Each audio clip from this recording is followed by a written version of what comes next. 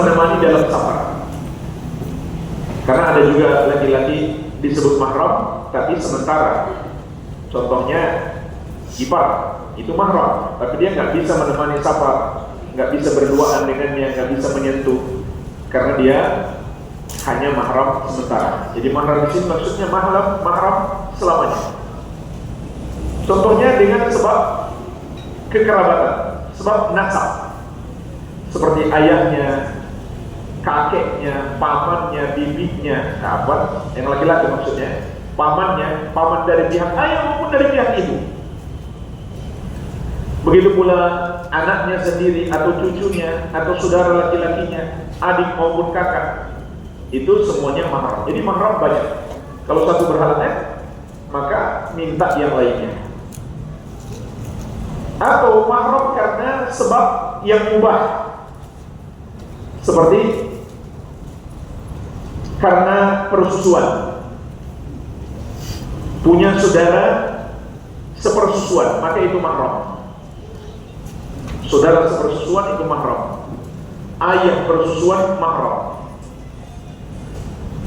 Andai seorang suami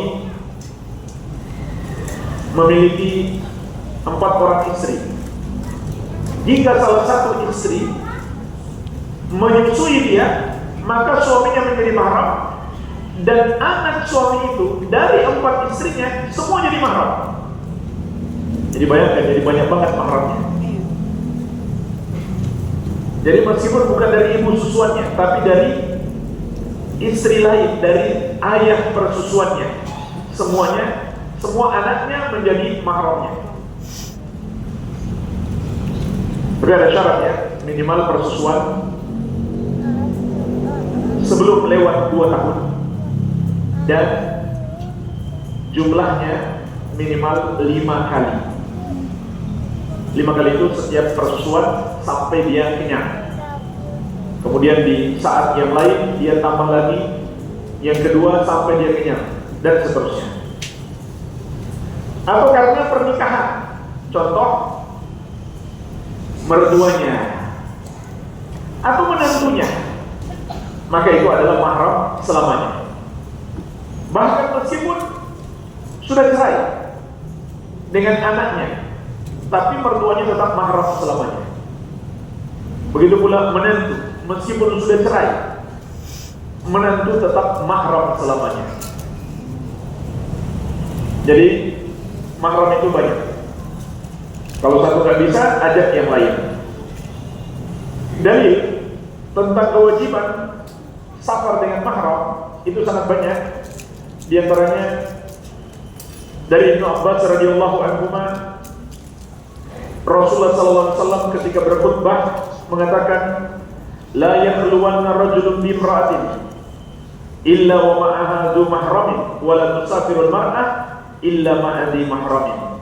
Janganlah seorang berdua-duaan dengan wanita tanpa disertai mahram, dan janganlah seorang wanita melakukan safar tanpa disertai mahram.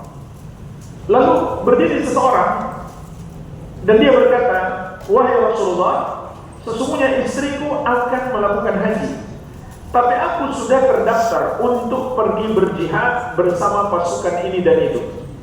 Qala, maka Nabi SAW mengatakan, fantalik fawujja ma'amra'ati, berangkatlah dan berhajilah bersama istrimu. Jadi bayangkan betapa pentingnya hal ini, sampai seorang sahabat diperintahkan oleh Nabi SAW untuk menunda keberangkatannya berjihad demi menemani istrinya berhaji. Banyak lagi hadis-hadis tentang ini, dan ini adalah nas yang jelas tentang kewajiban wanita untuk safar bersama mahram. Dan apabila berhaji saja, Nabi SAW menyuruh suami untuk menemaninya, atau harus ada mahram yang menemaninya, apalagi cuma safar biasa, cuma jalan-jalan saja misalkan. Lebih wajib lagi harus ada mahramnya. Memang ada pendapat sebagian ulama, boleh wanita pergi tanpa mahram, tapi dengan syarat. dengan syarat. Umumnya ulama yang membolehkan itu dengan syarat. Pertama, haji pertama, artinya haji yang wajib, bukan haji kedua. Yang kedua, dipastikan perjalanannya aman. Dan ini sesuatu yang sangat relatif. Bisa jadi awalnya aman, bisa jadi di pertengahan ada masalah. Yang ketiga, masih bersama para wanita lain yang bisa dipercaya, yang bisa saling menjaga. Itu pun tetap saja ini pendapat yang lemah. Kenapa? Karena tidak sesuai dengan nas hadis. Nas hadis itu jelas harus dengan mahram. Cuma sekedar kita tahu aja, ada ulama yang berpendapat boleh, tapi boleh bukan boleh begitu saja, ada syarat. Bukan boleh untuk pergi jalan-jalan, bukan. Tapi bolehnya untuk haji yang wajib. Bukan pun haji yang sunnah, bukan umroh, tapi haji yang wajib. Haji pertama. Dan juga perjalanan dijamin aman.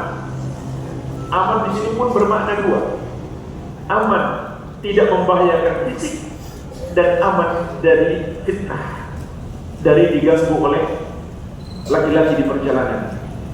Yang ketiga, harus bersama wanita-wanita lain yang terpercaya, yang bisa saling menjaga. Tapi tetap saja ini sebetulnya pendapat yang lemah, karena menyalahi nas yang jelas. Kemudian penulis menjelaskan apa hikmah wanita pergi safar ada mahram. Minimalnya ada dua hikmah. Yang pertama, karena safar itu berat, belum lagi kalau ada masalah di jalan. Maka fungsi kaum laki-laki untuk menjaga, membantu, dan melindungi kaum wanita selama perjalanan. Dan sangat disayangkan banyak kita lihat yang pergi haji